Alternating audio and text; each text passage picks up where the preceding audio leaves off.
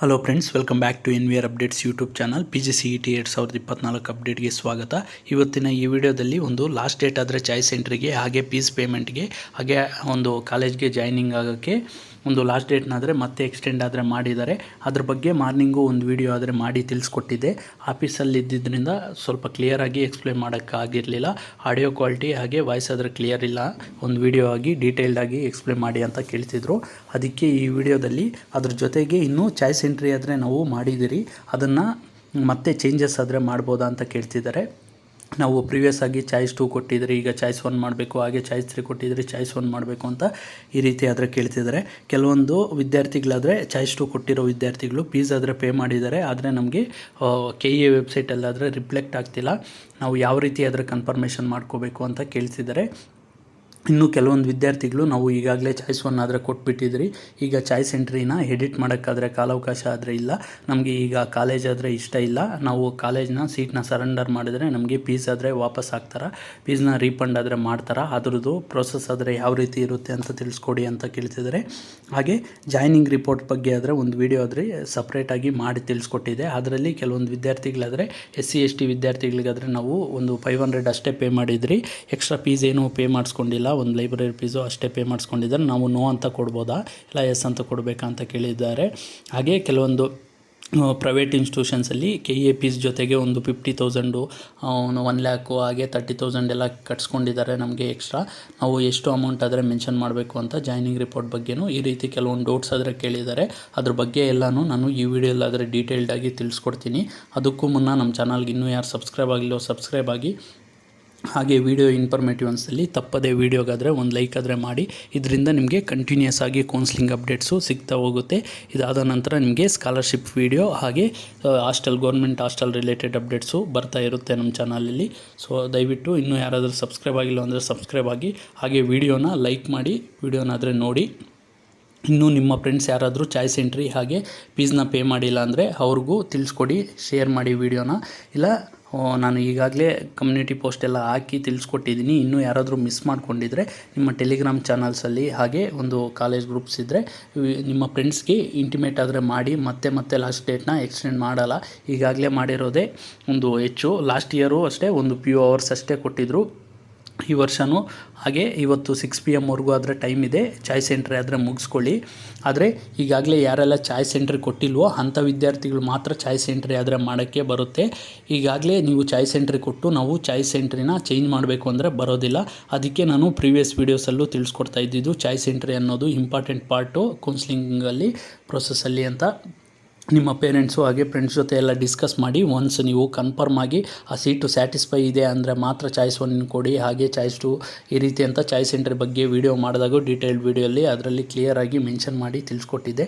ಆದರೂ ಈಗ ನಾವು ಚಾಯ್ಸ್ ಎಂಟ್ರಿನ ಮತ್ತೆ ಚೇಂಜಸ್ ಮಾಡಬೇಕು ಅಂತ ಕೇಳ್ತಿದ್ದಾರೆ. ನೀವು ಯಾವುದೇ ರೀತಿ ಒನ್ಸ್ ನೀವು ಚಾಯ್ಸ್ ಎಂಟ್ರಿ ಮಾಡಿದ ಮೇಲೆ ಮುಗೀತು, ಅದನ್ನು ಚೇಂಜಸ್ ಆದರೆ ಮಾಡೋಕ್ಕಾಗಲ್ಲ, ಅದನ್ನು ಎಡಿಟ್ ಆಪ್ಷನ್ ಆದರೆ ಕೊಡೋದಿಲ್ಲ, ನೀವು ಮಾಡೋಕ್ಕಾಗಲ್ಲ.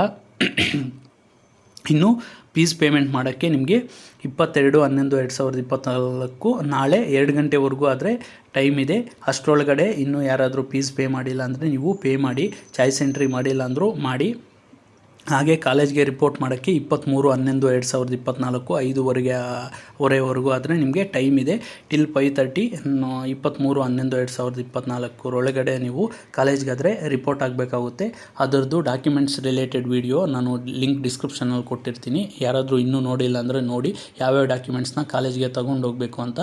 ಇನ್ ಕೇಸ್ ನಿಮಗೇನಾದರೂ PDC ಇಲ್ಲ ಟ್ರಾನ್ಸ್ಫರ್ ಸರ್ಟಿಫಿಕೇಟು ಎಲ್ಲ ಇಶ್ಯೂ ಇದ್ದು ಬಂದಿಲ್ಲ ಅಂದರೆ ಅಲ್ಲಿ ಕಾಲೇಜಲ್ಲಿ ರಿಕ್ವೆಸ್ಟ್ ಮಾಡ್ಕೊಂಡು, ಈಗಾಗಲೇ ನೀವು PDCಗೆಲ್ಲ ಅಪ್ಲೈ ಮಾಡಿದರೆ ನಿಮ್ಮ ಹತ್ರ ಅಕ್ನಾಲಜ್ಮೆಂಟ್ ಆದರೆ ಇರುತ್ತೆ, ಅದನ್ನು ತೋರಿಸಿ ಒಂದು 10 ಡೇಸಲ್ಲಿ ಕೊಡ್ತಾರೆ, 1 ವೀಕಲ್ಲಿ ಕೊಡ್ತಾರೆ ಅಂತ ಕನ್ವಿನ್ಸ್ ಆದರೆ ಮಾಡಿ.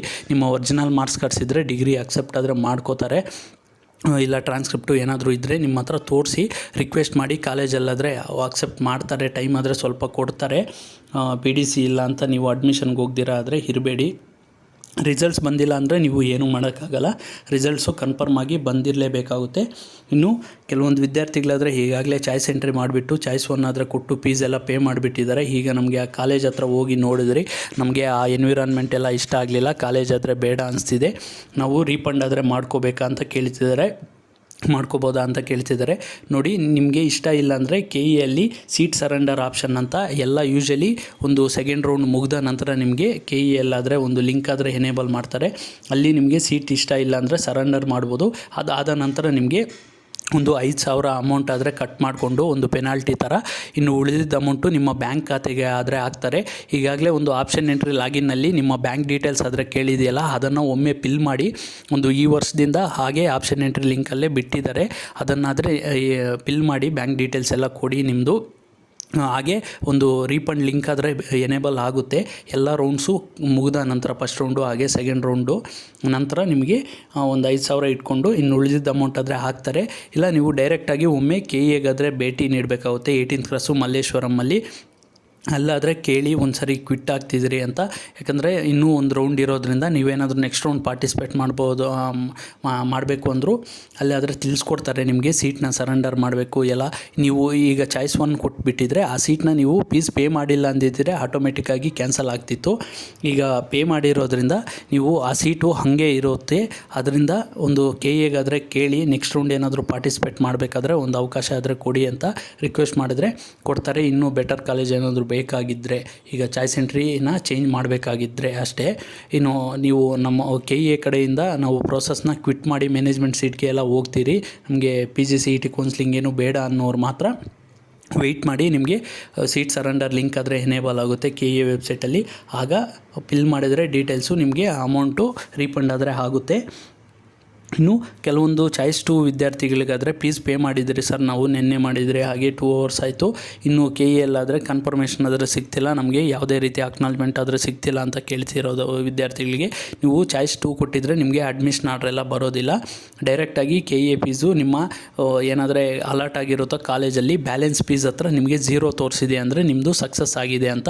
ಇನ್ ಕೇಸ್ ಆನ್ಲೈನಲ್ಲಿ ಪೇ ಮಾಡಿದರೆ ನೀವು ಫೋನ್ಪೇ, ಗೂಗಲ್ ಪೇ ಯಾವುದೇ ಎಲ್ಲಾದರೂ ಪೇ ಮಾಡಿರಲಿ, ಸ್ನ್ಯಾಪ್ ಆದರೆ ಒಂದು ಸ್ಕ್ರೀನ್ಶಾಟ್ ಆದರೆ ತಗೊಂಡಿರಿ ಸಕ್ಸಸ್ ಆಗಿರೋದು. ನೆಕ್ಸ್ಟ್ ರೌಂಡಲ್ಲಿ ನಿಮಗೆ ಅಲರ್ಟ್ ಆಗೋ ಕಾಲೇಜಲ್ಲಿ ಅಡ್ಮಿಷನ್ ಆರ್ಡರ್ ಅದು ಸಿಗುತ್ತೆ, ಅದನ್ನು ತಗೊಂಡೋಗಿ ತೋರಿಸ್ಬೋದು. ಇನ್ನು ಆಫ್ಲೈನಲ್ಲಿ ತಗೊಂಡಿದ್ರೆ ಫೀಸ್ನ ಪೇ ಮಾಡಿದರೆ ನಿಮಗೆ KE ಚಲನ್ ಆದರೆ ಇರುತ್ತೆ. ಬ್ಯಾಂಕ್ ಅವರು ಸೀಲು ಸಿಗ್ನೇಚರ್ ಹಾಕಿ ಕ್ಯಾಂಡಿಡೇಟ್ಸ್ದು ಕಾಲೇಜ್ ಕಾಪಿ ಅಂತ 2 KE ಚಲನ್ ಆದರೆ ಕೊಟ್ಟಿರ್ತಾರೆ, ಅದನ್ನು ಹಂಗೆ ಇಟ್ಕೊಳ್ಳಿ. ಅದರಲ್ಲಿ ಈ ರೌಂಡಲ್ಲಿ ಸಿಕ್ಕಿರೋ ಕಾಲೇಜ್ ಆದರೆ ಇರುತ್ತೆ. ನಿಮಗೆ ನೆಕ್ಸ್ಟ್ ರೌಂಡಲ್ಲಿ ಯಾವ ಸೀಟ್ ಆದರೆ ಅಲಾಟ್ ಆಗುತ್ತೋ ಆ ಕಾಲೇಜ್ಗೆ ಟ್ರಾನ್ಸ್ಫರ್ ಆದರೆ ಮಾಡ್ತಾರೆ ಫೀಸ್ನ, ಮತ್ತೆ ಏನು ನೀವು ಪೇ ಮಾಡೋಂಗಿಲ್ಲ, ಹೊರೆ ಹೋಗಬೇಡ. ನೆಕ್ಸ್ಟು ಒಂದು ಅಡ್ಮಿಷನ್ ಆರ್ಡರ್ ಆದರೆ ಡೌನ್ಲೋಡ್ ಆಗುತ್ತೆ, ಅದನ್ನು ಈ KE ಫೀಸ್ನ ಚಲನ್ನ ಮತ್ತು ರಿಕ್ವೈರ್ಡ್ ಡಾಕ್ಯುಮೆಂಟ್ಸ್ನ ತಗೊಂಡೋಗಿ ನೀವು ಆದರೆ ಡೈರೆಕ್ಟಾಗಿ ರಿಪೋರ್ಟ್ ಆಗ್ಬೋದು. ಹಾಗೆ ಇನ್ನು ಕೆಲವೊಂದು ವಿದ್ಯಾರ್ಥಿಗಳಾದರೆ ಈಗಾಗಲೇ ಜಾಯ್ನಿಂಗ್ ಆಗಿರೋ ವಿದ್ಯಾರ್ಥಿಗಳು, ನಾವು ಜಾಯ್ನಿಂಗ್ ರಿಪೋರ್ಟ್ ಫಿಲ್ ಮಾಡಬೇಕಾದ್ರೆ ನಮ್ಮ ಕಾಲೇಜಲ್ಲಿ ಒಂದು 50,000 ಎಲ್ಲ ಕಟ್ಸ್ಕೊಂಡಿದ್ದಾರೆ ಎಕ್ಸ್ಟ್ರಾ ಅಮೌಂಟು KE ಫೀಸ್ ಬಿಟ್ಟು, ಅದನ್ನು ಮೆನ್ಷನ್ ಮಾಡಬೇಕಾ ಬೇಡ ಅಂತ ಕೇಳ್ತಿದ್ದಾರೆ. ನೀವು ಕಾಲೇಜ್ ಫೀಸಲ್ಲಿ KE ಫೀಸ್ನ ಬಿಟ್ಟು ಎಷ್ಟಾದರೆ ಕಾಲೇಜಲ್ಲಿ ಪೇ ಮಾಡಿದ್ರೆ ಅಷ್ಟು ಅಮೌಂಟ್ನ ಎಸ್ ಅಂತ ಕೊಟ್ಟು ಅಮೌಂಟ್ ಆದರೆ ಪೇ ಮಾಡಿರೋದು ಮೆನ್ಷನ್ ಆದರೆ ಮಾಡಿ.